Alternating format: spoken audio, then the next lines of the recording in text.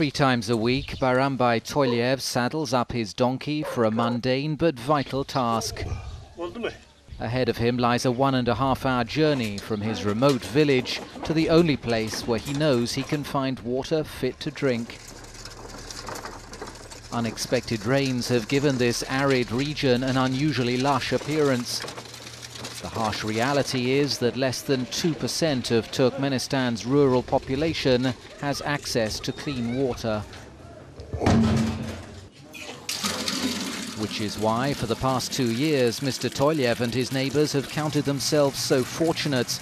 This is the only treatment plant of its kind in northern Turkmenistan, providing water 12 hours a day, free of charge, a significant boon to the local community.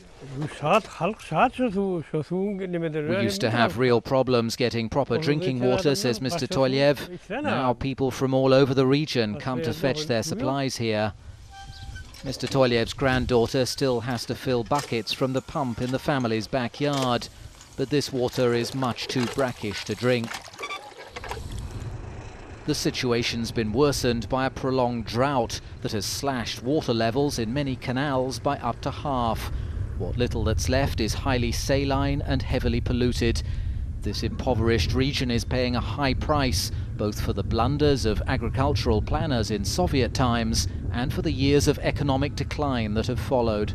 The amount of salt and other chemicals present in the soil here is so high that you can actually feel and touch it on the surface. It's a problem common across much of Central Asia, and one for which there's no obvious solution.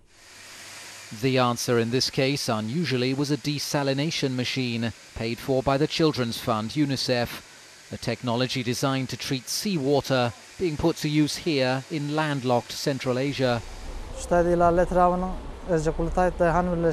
We can give free, clean water to about 500 families a day, says the technician in charge, but only because the electricity that powers the plant is provided free as well.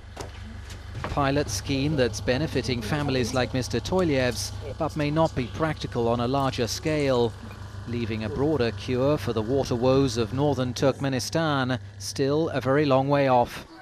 Simon Ingram, BBC News, Dashaguz, Turkmenistan.